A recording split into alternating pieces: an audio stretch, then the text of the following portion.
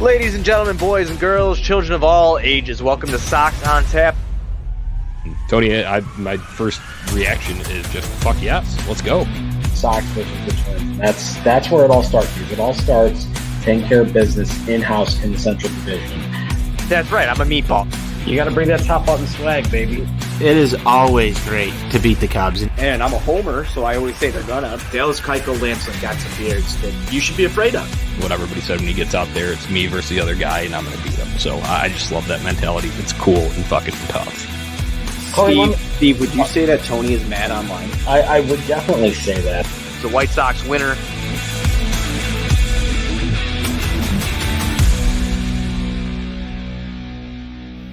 You gotta be bleeping me. White Sox fans, welcome in. It's the Sox on Tap postgame show. Jonnie Nani here. We got a threesome tonight. Tony Marchese and NWI Steve joining me tonight, discussing, unfortunately, a White Sox 3-1 loss that was pissed away late thanks to another bullpen collapse. Guys, I'm irate. Initial reactions here. My initial reaction is this. 2 3-ways in less than a week. I don't know how I keep finding myself in this position. I love the comic relief because we're going to need it tonight, Steve. That's fucking fantastic to come out there and just express your love for being in these situations. I'm coming in hot right out the chute. Yeah, I'll let you guys know before, with these 3-way ones, we might have to start putting these on OnlyFans. I think that might be the proper course of action here going forward. So a little comic relief before we get into this. Obviously, result of the game weighing heavily on our minds here tonight. The White Sox in a close one all the way through, mostly pitchers duel. A lot of strikeouts, a lot of missed bats in tonight's game. Not a whole lot of offense. That's a theme that continues for the White Sox after a kind of blip on the radar.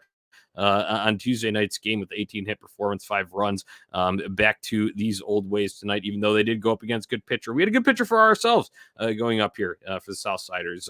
So we'll get into all the action here in a second. But listeners, before we do that, make sure you know the place to go, ontapsportsnet.com, for all Chicago sports literature and podcasting needs. Give us a follow on social media at Sox on Tap and at On Tap Sportsnet. If you need White Sox merchandise, Grandstand is the place to go. Go shop right by the ballpark, 35th and Wallace. You can also do it online, grandstandsox.com, and follow them on social media for all their new releases at Grandstand Sox. So, guys, and we kind of started this one off a little hot, a little comic relief here, but that is just a tough one to lose. And I know it's not the end-all, be-all in the grand scheme of things, just one game, one loss, but the fashion in which they did it, just so sour,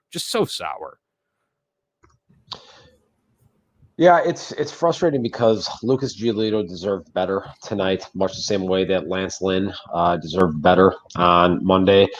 The starting pitching has been phenomenal here so far in this series. Ultimately, the bat's got to start picking this up here. 1 run is not going to get the job done, and that's really, I think, where this whole thing kind of starts. You're getting into these late game situations here where you have no margin for error, and if you're only pushing 1 run across, it's going to be pretty hard to win these types of games ultimately.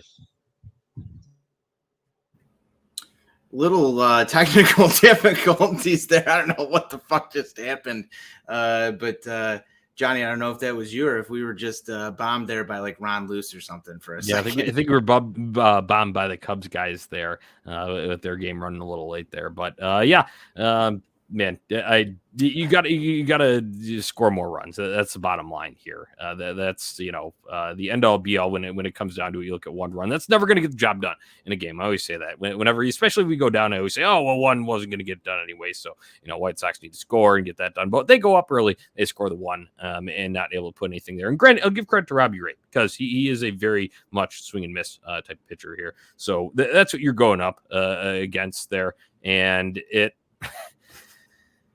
It's frustrating. It's frustrating when that happens, but then you can't get to a bullpen later in the game either. That's also frustrating as well. And then when your bullpen surrenders it too, you get a 1-1 tie going in there, you still have a chance late. All it takes is 1 swing then later if you can get yourself out of that. And we didn't even give ourselves a position to do that.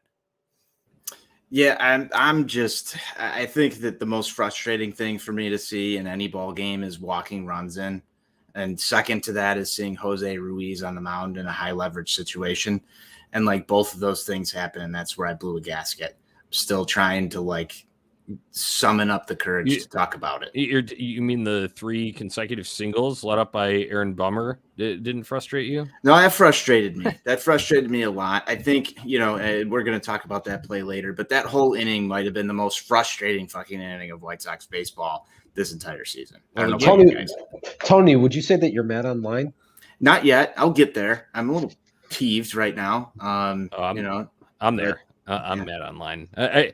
I have a rant for the bullpen. I talked about it with Steve a little bit while we were waiting for you to jump on here, Tony. So we'll get to that in a little bit here. Let's start though from the top here because there was some good in this game, and that was Lucas Giolito, the best White Sox on the field today, guys. He goes 6 innings tonight, 5 hits, 1 earned run, 1 walk, 6 strikeouts. Formidable outing for Mr. Gelato. Yeah, Lucas really did a nice job today, featuring the changeup. The last couple 2-3 times out there, he's been focusing, utilizing that slide.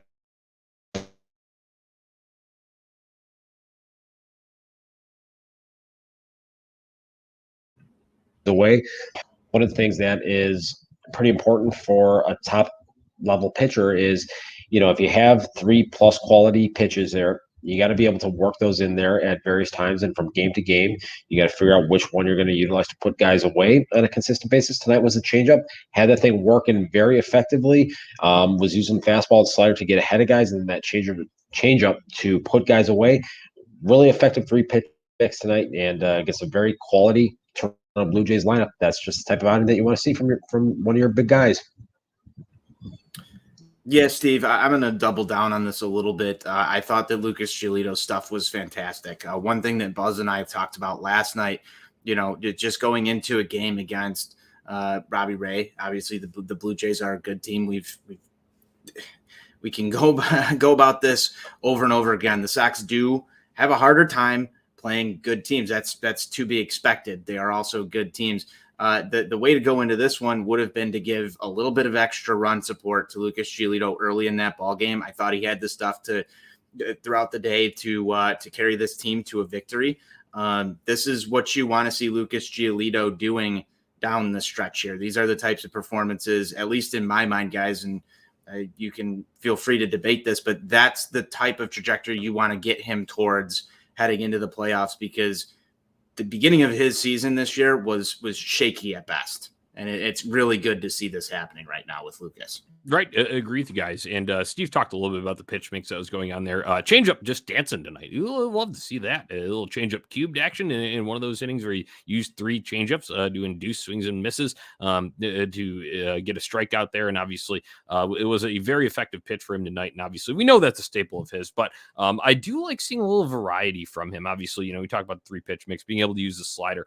Feel like the slider last time out when he was effective was more so the one that was kind of the highlight headline pitch of the night, whereas the changeup was tonight. And I like seeing him be able to do that, because for so long we've talked about him as like kind of a 2-pitch pitcher, just fastball, changeup, utilizing that. And that's how he's gotten his outs. I like if you can have different outings where you're like that. And sure, I know you want to be consistent as a pitcher, but with the fastball, changeup, sometimes it's easy, especially when you get to these good lineups, good teams at the end of the year. And when it comes postseason, easy for them to kind of sit on that and be able to read it, adjust you a little bit better. But if you kind of throw him a little bit of a curveball, so to say, in a metaphorical sense, not literally a curveball from him, but a slider into that mix too, that just makes him more effective and a little bit more. Obviously, it does a very good job missing bats. He's in your top of the league always in that ever since his breakout season 19. So I like seeing that variety mixed in there. That's kind of my biggest takeaway from Gio tonight. So let's talk scoring first. Unfortunately, White Sox only score 1, but came in top of the 3rd.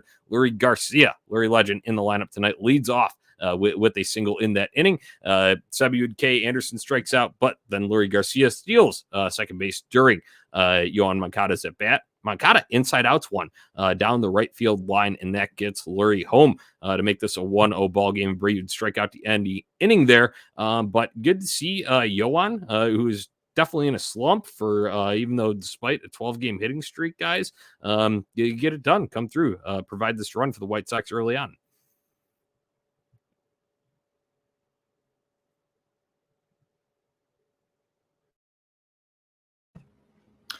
And I think Steve might be frozen. Or are you there, Steve? No, I'm here. Yeah, I kind of cut out a little bit there. We're obviously having, I think, some significant technical difficulties this evening, folks. Yes. So I don't know. I missed part of your little lead in there, Johnny. Yeah, we were talking about Yohan Moncada with that 2-out spot. Leury Garcia on second after stealing the base. Moncada inside outing one, and of course slumping on a 12-game hit streak. Definitely slumping Yohan Moncada. Nice to see him be able to come up in a spot and get the job done there. It definitely was good, yeah, to see him drive in a run in a pivotal spot, because that's obviously been a hot button issue for quite a while now. I'm told on some website that starts with a T. I don't know if maybe it's called Twatter. I don't know, but they tell me that people are constantly ragging on him, that he always strikes out with guys on base and in scoring position when he has an opportunity to kind of help this team out and help them score some runs there. So to kind of come through in that particular spot right there was definitely, I think, important for him. They talked about this a little bit on the broadcast with Gordon and with Jason, that his RBI numbers overall this year are not particularly high. And, for, old school people who are stuck in 1950s baseball, who only look at RBIs as a measure of a player's effectiveness, Yohan's not having a good year from that standpoint there. So seeing him come through in that spot, though, that was definitely a good thing to see. And if they can really get him kind of turned around and going here, that would be a major boon for this offense. Well, were you guys at all concerned that hit wasn't like at least 111 miles per hour exit velocity? Totally. Because I was pretty concerned about that. Yeah. Let's find a hole, baby. That's what she said. Mm-hmm. Yeah. Guys, that's what you get with three-way action here on Sox on Tap post-game show. Blue Jays answer back in the bottom of the fourth. Vlad Jr. hits a 1-out single, and then Dickerson comes up with 2 outs and hits an RBI triple opposite field. One that Giolito leaves over the middle of the plate, and it gets hurt. Young it eared it. Yeah, I mean, look, it happens. Dickerson having a little bit of a down year, but he's still a guy that has been a quality major league hitter throughout the course of his career. And to your point, Johnny, I mean, it's a pitch that just simply got out over the plate too much. He got some good extension on it and was able to find the gap, and Vlad was able to kind of turn the Jets on and score from first base on that play right there. So obviously some pretty big gaps at Rogers Center there, given Vladito a lot of opportunity there to go 90 feet at a time right there and score from first. So, happens. Johnny, I'm going to ask you this question. Does this ballpark kind of give you like Oakland vibes a little bit? Yeah, a little bit. You Right talked now? about you talked about it a little bit with like the foul, territory. It's not as massive as Oakland's in that regard, but that kind of like bowl shape a little bit gives you those vibes. And then kind of, I don't know, just like any like rounded structure like that. I feel like kind of, it definitely does give a little bit of Oakland vibes. And obviously, Tony, you and I have aired out kind of our dismay when it comes to the Oakland A's in facing our Chicago White Sox. Yeah, no, I was just wondering because over the series so far, I just kind of felt like, Steve's talking about the gaps playing a little bit differently here. Obviously, you've got some extra foul territory in this ballpark. I just feel like it was so hard to hit a home run these past 3 days for this White Sox team. And Steve says, ball go far, team go far. But it's not even like tonight you got beat by the home run. You have an excellent pitcher's duel. You've got these things going on throughout this game, and then the wheels kind of fall off. It was for some reason very reminiscent to me, Johnny, of a bullshit Oakland game tonight. Yeah, no, for sure. And I mentioned this a little bit earlier, but hey, credit to Robbie Ray. I mean, this guy strikes out 14 tonight. That's on the White Sox. They need to, first of all, like I said, credit to him. He's a good. But how the fuck best. do you concentrate as a hitter when this guy's grunting after every single fucking pitch, and he's wearing pants like 7 sizes too small? I mean, the tight. I've only seen 2 dudes lately that wear tight pants like that. It's Buzz and Robbie Ray. I mean, that, Tony, you say that, but at the same time, I look at that as as much as it might be part of his process and just, what the get up is for him, that also is possibly a kind of distraction, get your mind off the what's in front of you, tactic when it comes to him. And obviously, the stuff itself works, and that's why he misses so many bats. But there's a whole aura to him. Like certain guys, we talk about, like, think about guys that we like and guys that are on our team, like a Lance Lynn, like in his big energetic reactions after and swearing at the other team as he walks off the field, and then Liam Hendricks with his primal screams. It's all part of their aura and their act. And you need to be able to overcome that. I agree. That's the bottom line. I agree with that, and I want to dig into this. If Robbie Ray had wound up on the White Sox, would we be supporting the tight pants and grunting? Yes, 100%. I don't know, Steve. Can you get behind it? Listen, as a fellow former southpaw pitcher, I may or may not have been known to wear my pants on the tighter side of things. I'm not going to say that I was quite Robbie Ray tight, but I can understand his thought process a little bit with that. You got to get the ladies a show. Explanation there. I think Jonnie gave a good explanation there. It's part of the aura. I mean, even if that's a competitive advantage to the game, I could see where it is. It was Chuck Garfien was even talking about it, and Pitsednik on the post game, how how does he grunt after every pitch? If you're annoyed with it at home, you got to imagine the Sox hitters are annoyed with it. I think that's perfectly valid. And Jonnie, you went right to, I think, the best explanation for it. Yeah. Well, here's how you counteract that then. You hit the ball out of the fucking ballpark and you get him out of the game. Well, there you go. Yes. Ball go far. Team go far, Steve. Yeah. Stringing together some hits would have been nice, because that then would drive the pitch count up, and that would then achieve the goal. Obviously, hitting the ball at the ballpark too. Don't get me wrong, it's the most efficient way to do it, but at the same time, if you can get some more strung together and not just have kind of one-off sort of instances against him, that's another effective way to go about it and drive it up. So as we get later into this game, guys, let's just go right to the fucking bottom of the eighth. We need to rip the Band-Aid off and just fucking do it here. So let's start. Aaron Bummer in to start this eighth inning. First of all, credit to Ryan Tepera, because we're going to get a lot of bullpen heat that's coming out of my mouth here, at least. I'm sure you guys will have some to share as well, some venom. But credit to Ryan Tepera. Slider was tight once again. He's looked really good in August for the White Sox here. He had a clean seventh inning, 2 strikeouts, walk, and then induced a pop out to get the White Sox clean through that. White Sox couldn't do anything in their half of the eighth. And then we go to the eighth. Aaron Bummer starts off, looks fine. He goes, gets first 2 outs via the strikeout. And granted, I will say the second one was a gift, because that pitch on 3-1 to Vlad Jr. was low. That was a low pitch. But you know what? Guess what? Umpires sometimes miss calls. I think if you go and look at ump scorecard, White Sox have been one of the least favored teams in the league. So, whatever. Maybe that's some karma coming back around in our favor there. But either way, so he gets those first 2 outs via the strikeout, and then some singles start piling up. I'm not too concerned about the first one. Okay. Valera, I think he's a pinch hitter in this situation, comes in, gets a single, and then excuse me, it was Teoscar Hernandez, and that guy has been an offensive force all year. And then Valera with the second one, and then you get to Kirk, and this is where the RBI, the game-winning run, would ultimately come in. And these balls are getting hit hard off of Bummer here, guys. I talked with Steve a little bit about this, and people might be, chastising the matchups. And, Tony had the quick cook last night when he should have had it tonight and all that. It's never going to be enough. And we've had enough. I don't care about playing the matchup. I don't care about the fucking numbers at this point. No matter who you put in the situation isn't getting the job done for the White Sox overall this year, I would say, when it comes to crunch time here. So it feels like they're cursed. That's where I stand on this. And it's just disappointing, because we know Aaron Bummer's shit is good, but unfortunately in crunch time, it has not been. Jonnie, you stole pretty much all my thunder right there, and you did it very eloquently. The fact of the matter is, we have seen just about every guy in this bullpen at some point during the course of the season, and some of them, like Bummer, for a majority part of the season, just simply not be effective out there.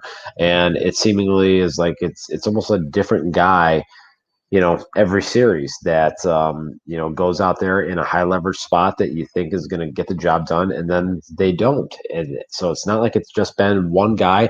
It's really been spread around the entire bullpen, and it's just so unbelievably annoying, because you have a collection of such phenomenal stuff out there, and no matter who you're putting in these various spots, it's like something is always jumping up and biting them, and they're just not getting the job done. it's bad luck. Like at this point, it has to be bad luck because there's just been so much with this going into the season. Guys, we sat here for hours talking about how great this bullpen was going to be. That was before the acquisition of Kimbrel or Tepera, who now play pretty integral roles in this bullpen. I think we talked about it at the trade deadline. I think I said something along the lines of, I didn't think that was going to be a need for the White Sox. I thought it would have been a nice to have. We're sitting here still dealing with the bullpen having these issues. Dave Bennett comes in. Are you confused that Ruiz was even considered? No, at this point, I'm not. I'm not even confused. I know at this point, like, we can make all the excuses about, Tony La Russa having, poor selection of who to go to and matchups and all the stuff that Jonnie said, but I completely agree. Just across the board, this has been a systematic failure for the White Sox bullpen. And I think that there's a large problem with this because I don't know if it's cats. I don't know what it is. I don't think it's cats because look at what the starting pitching's done. Yeah. Like, where do you go with this outside of like, this is fucking cursed? It's fucking execution. I agree. You know me. I've been on a Sopranos kick as of late. To quote Polly Walnuts, satanic black magic, sick shit going on in the back end of the White Sox bullpen. I don't know what the fucking deal is. I need to read the text that Andrew Kinsler sent me, our guy. Heard him on the show a couple times here this year.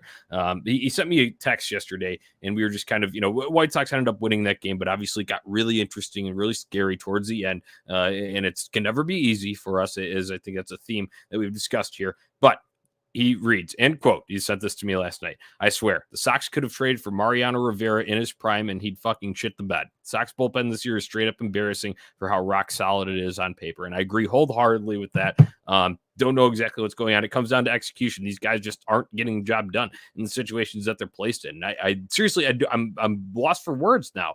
I can't explain it other than that. It's unlucky. It's cursed. It's whatever. I'm gonna go on the curse side. I mean, for as much as I said in the intro that like the two things that fucking annoy me at the back end of a ball game is walking in a run and Jose Ruiz in a high leverage situation. So I'll go back to what Dave Bennett said. Like at this point, in my mind, Tony La Russa throws Bummer out there in the 8th inning to test him in a high leverage spot against a good team to get him ready for something that may happen in October. That's why you're there with him.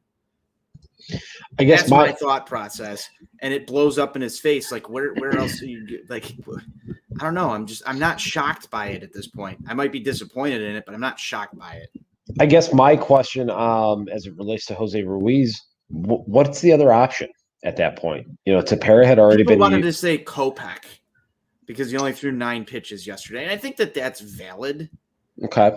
I think that's a valid, fair. So somewhere to go. But at this point, you're down a few runs. Do you really want to burn Kopech if you've only got one more chance to come back here and tie this thing? So I can see both sides to this. And I think particularly knowing that you've got Rodon coming back tomorrow off of an IL stint. So the odds are you're probably not going to get a great deal of length from him tomorrow. So then you probably want Kopech to kind of back him up there, going from the lefty to the righty. So I'm not necessarily sure that Kopech would have been the right answer in that spot, but you're not going to go to Kimbrel in that spot right there because you're trying to hold him in case you do get a lead and have him for the 9th inning. You're not going to go to Crochet, another lefty, in that spot. So I just I don't know what else we're supposed to do. You're kind of backed in a corner there. Yeah. Yeah, you know what? To be honest with you, I like the point that you brought up there, Steve. It's like, honestly, at that point in my mind, as soon as that first run, the Toronto Blue Jays second run came across the plate, game was over in my mind. Offense wasn't doing shit tonight. Once again, falling back into their ways they'd been, basically outside of the outlier that was Tuesday. Let's not forget, though, with that situation, when Ruiz does come in, Gurriel reaches on the air. That was some Ole bullshit from Yohan Moncada. Hey, I like to praise him a lot on the show, but I'll give him hell when when he needs it. That's Ole bullshit that ends up leading to a walk in the run-in. Tony, something that grinds your gears. Grichuk able to draw the walk that brings in the third run. Espinal would ground out to end that inning. So I think we can put that in the past. I think we got a lot of our gripes out there. So White Sox not able to do anything in their inning, half of the ninth inning. Robert started off, looked like there might be some hope with the leadoff single here. I just wanted to get to a point that I was talking about here with Steve right before we jumped on, and that's Andrew Vaughn coming up and he grounds out. And I see a lot of people go right to Frank Menachito. Don't get me wrong. If it were up to me, I'd probably at this point with how frustrated I am with things, I'm on that board too. Like fucking like fire Frank Menachito, like whatever. Like okay, I understand that. I understand the fuck. Okay. I'm saying I understand the frustration that comes with that, and people want to do that. And it was specifically about Vaughn's quote from back in May that they're talking about. What do you say? Fuck the home run. Let's hit 300. I agree. Whatever. Bad mentality. Ball go far. Team go far. We've talked about it endless times this year. But it's not just a controlled instance. It's like how many times? Like, do you say that when he pops out in the infield there? Oh, we put the ball in the air. Like, you know what I'm saying? So it's like, it's on these guys then at some point too. Also, and you saw stretches too. Steve brought up a great point since like, what is it? End of June 30th, something like that. White Sox lead the league in home runs. So guess what? Like, it's not just like Frank Menachino's quote from May that's affecting them at this point. Well, and I thought that quote, we went back and it was specifically said about Andrew Vaughn's plate approach versus the entire team. And so I don't know. I'm not trying to defend Frank here from anything. I think that there's plenty of questions about why the offense goes cold so often. I think the number one thing you point to here, guys, is the offense goes cold so often because it's been plagued with injuries in and out of it. And guys who should be hitting in spots and protecting other guys throughout the order just simply haven't been there. That's a point. There is enough firepower though in my mind. No, there absolutely is. There absolutely is enough firepower to make up for it. And I think that there are guys on this team that can be called out for having moments throughout the season that were not great, that were not up to par with where they should be. And let's remember, just a couple of months ago, as this thing's developing and as we're building this lead, some of the guys that were coming through in key situations, your Billy Hamiltons, your Gavin Sheets, your Jake Burgers for a couple days. Like, there's not really that guy right now, at least in my mind, that's like carrying the team at the moment the way we saw earlier this year, carrying the offense. And it was Tim Anderson until he, was just, missed 4 games in a row or something right there. I think it was 4. Timmy was the guy. And so that torch never really got passed over the past few days. And it just in my mind. Fair point. There's a number of factors to it, and we're all just kind of speaking out of frustration here because guess what? If they go hot, they get hot, they catch fire again. Steve talked about this. It was actually not on the air after we hung up. I do kind of wish it was on though, Steve. What'd you say about it? It feels so much worse when the offense is performing than if it were just like a pitching, kind of faltering. Yeah, look, when a team is slumping and just offensively and you're not scoring, you feel more lifeless than if you're out there, if you're executing offensively, if your starting pitching is doing well, but if your bullpen is the one that is collapsing. That just, for whatever the reason, it doesn't necessarily make sense because ultimately you need all these different phases to be working harmoniously in order to win a baseball game and to get hot the way that we've seen this team do at various points during the season. But it's just, there's something psychological about the fact of not hitting as a collective unit. And you see today, what do they have, like 15 strikeouts as a group? It was just ugly out there. And so you have these days where you just have these terrible at-bats that you seem like they're just going up there and just pissing them away, not getting themselves into good quality hitters counts, not going up there with a plan or with an approach. It just makes things feel worse than they really are.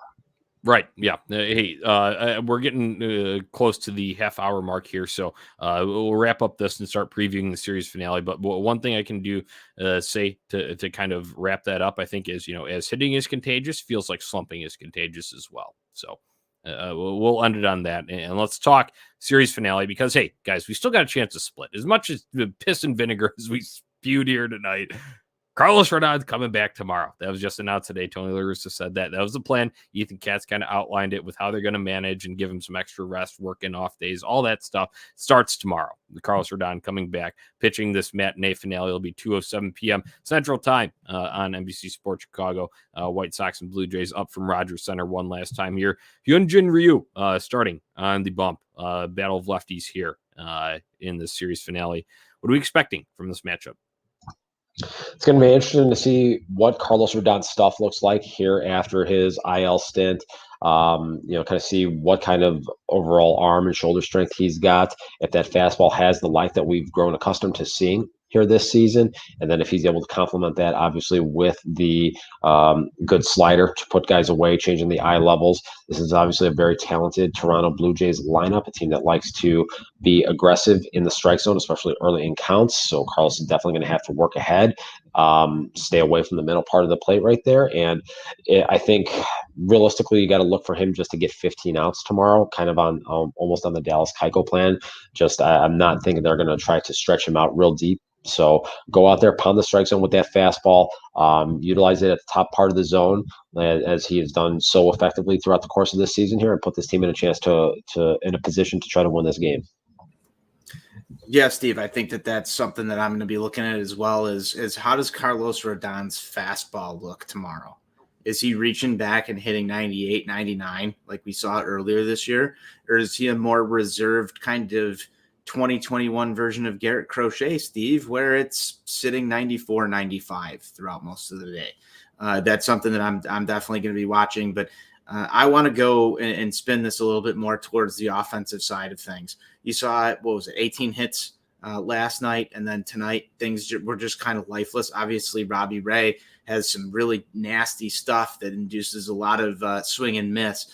Ryu's not a slouch either. So let's get out there and try and have a better approach. I don't think he's Robbie Ray, but let's go out there and try and have a better approach tomorrow and actually, like Jonnie said, string some hits together early on in the ball game. I think that's something that the White Sox are not too far removed from doing. This was one game. You can consider it a blip on the radar if you come back out and the offense starts moving early in this ball game. So that's what I'm looking for is crooked numbers within the first three innings. Right. You guys talked about some tactical stuff there.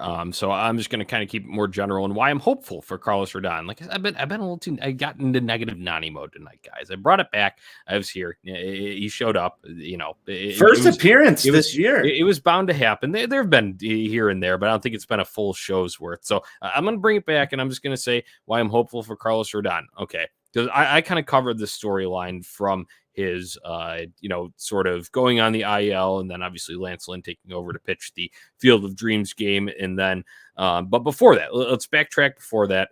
He had the two bad starts against the Brewers and the Royals, where Tony, like you were saying, something that you're looking out for, fastball velocity was down. You could tell he was just tired. He didn't have it, as we like to say here.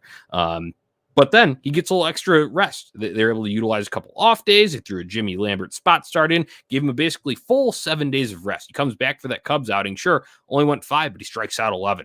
2 hits, no earned runs, 2 walks. Excellent outing there. What he did in fastball velocity, he was ramping it up when it came 4th, 5th inning of that outing. He was ramping it back up into that 98, 99 range that you like to see, Tony. If that's an indication of what he has, and now he's had a couple weeks off, of resting, and it was shoulder fatigue. That's another thing too. The designation for this injury wasn't a rotator cuff, inflammation, or it wasn't, elbow issues that have plagued him in the past. Obviously, he's had a laundry list of those throughout his career. If it's just fatigue and just getting him some rest, and obviously as they should set him up for the important games when it comes down this home stretch to the season. If that start against the Cubs after just 7 days of rest is anything of what's to come for the bottom, home stretch of the season here, I'm hopeful that we're going to get early season Carlos Rodon form back here. So I'm looking for a good outing, and I think he will. I agree with you guys. I think it will be limited to around the 5 inning mark, but I do think he can get back to that. And if it was truly just shoulder fatigue and they're not, throwing smoke and mirrors out at us, and I, don't think he would be coming back this soon if it were something more serious. So that's why I have hope for this one. Other than that, on the offensive side, Tony, you covered it. man, I wasn't a hitter in my day. I was a pitcher. So, fucking start stringing together some hits. Offense is contagious. Ball go far, team go far. That's about the depth of the offensive insight that I can give to this one. Let's get picks to click, guys. I've ranted enough here. Who you got? All right. Got Ryu on the mound, another lefty. Assuming he's in the lineup, I'm going to take Andrew Vaughn. I'm going to say he gets a little bit of redemption. He had a couple of cookies he missed tonight. And I think he's going to turn the tide tomorrow. I'll go Tim Anderson, Johnny. I'm going to go TA. I think that he had his trials and tribulations of getting back in the lineup today. It just wasn't a crisp TA game. I think he's going to want to go out there tomorrow and prove some shit.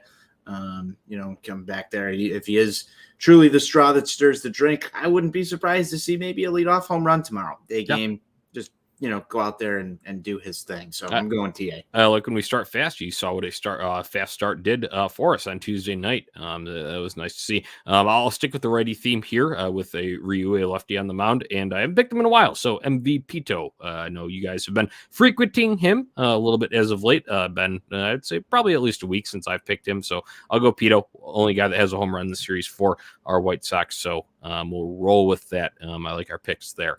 Last bit of news, couple things. We talked about Rodon coming back. Obviously, that is confirmed. Tony La Russa did say that he is coming back. Yasmani Grandal, on the other hand, his return is imminent. No, that's finger quotes I'm doing here. We got the shorter screens here, so it could bring them closer. Imminent is what Tony La Russa said. So I would assume that probably doesn't mean back tomorrow. But I would not be shocked, guys, to see him back for the Crosstown Classic at 35th and Shields here. When the good guys return home, boys will be back in town on Friday. So that's one thing to look forward to. Other thing, too, if you're going out to the ballpark this weekend and throughout here the rest of this, masks are now required indoors at areas of guaranteed rate fields. So that means, club suite seats, Rev Brew room. There you go, Steve. You got the mask there. A craft cave. There's an article on tapsportsnet.com if you want to find out all the areas where you need to wear them. Bathrooms as well are included in that. So just make note of that if you're going out to the ballpark. Before you go, make sure you bring it and wear that in those areas. So that's about it from the show. Final thoughts, and we'll wrap this thing up, guys. Get a win tomorrow. You go 7-7 in this brutal 14-game stretch. I think if at the start of it, you would have told us as a group that they'd come out of it at 500, I think collectively we all would take it. So find a way to get a win tomorrow. Yeah, I echo exactly what Steve said here. I think, Steve, when we were driving to Iowa, we talked a little bit about this stretch of baseball that was coming up. And we kind of knew that there was going to be, some turbulence along the way. And I think that the White Sox have actually done a fairly good job of navigating it. I think it's a good thing that we've kind of dissected some of the deficiencies of this team, just from the sense of it helps us kind of understand where we're going to be come October. And we all know that the team's got to get hot, but I don't think it's too hard to pick out what the weaknesses are of the White Sox. And I think that, it's good to see that, because if we see it, I would hope the team sees it and works on those things and kind of makes them get a little bit better down the stretch here. I'm sure that, they say that these are the dog days of summer. I'm sure that some of the fatigue and stuff that has set in, injuries, nagging stuff is definitely playing a little bit of a factor here. This team hasn't been exactly healthy, but if you get that win tomorrow, I think 7-7 over the toughest stretch of the season.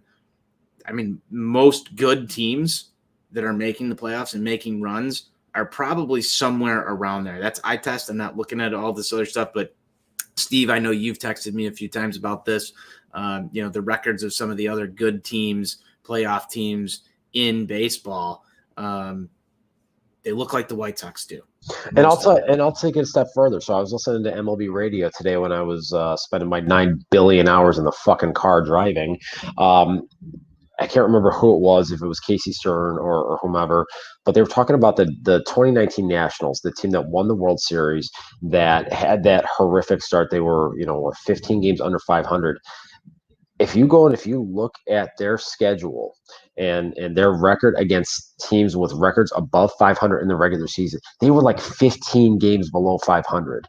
And that team won the World Series. So just keep that in mind. So, some pitching strength there, Steve, too, that I think we can equate to that of the White Sox here in 2021. So good points all around. My final thoughts for tomorrow. Obviously, bats need to get it going, and bullpen, flush that one. Be ready to go tomorrow because you're probably going to need it. I would assume Rodon is going 5 innings max. So, flush it. Get back out there, ignore the outside noise, and get the job done tomorrow. Show us why you were so highly touted and should be because stuff is there, arms are there. Time to just execute. So does somebody need to get the bullpen a plunger because they've been flushing all fucking year? Yeah, I think they might. It might be a little back up there, Tony. Maybe that's the issues. Plunger will fix it. Yeah, we'll get a guy on it. All right, listeners, thank you for tuning in, everybody. Thanks for dropping comments here in the live stream. Make sure you're joining us here on these. If not, you can find them in podcast form wherever you enjoy your favorite podcasts. Go and visit ontapsportsnet.com where you can find articles about your White Sox and all other Chicago sports teams. Give us a follow on social media at Sox on Tap and at OnTap Sportsnet. When you're shopping White Sox merchandise, Grandstand is the place to go. 35th and Wallace, right by the ballpark. In-store location, and then online, grandstandsox.com. You can also follow them on social media at Grandstand Sox. Guys, that's it. We've blown a lot of hot air tonight. Only got 3 words. White Sox forever. White Sox forever. White Sox for life.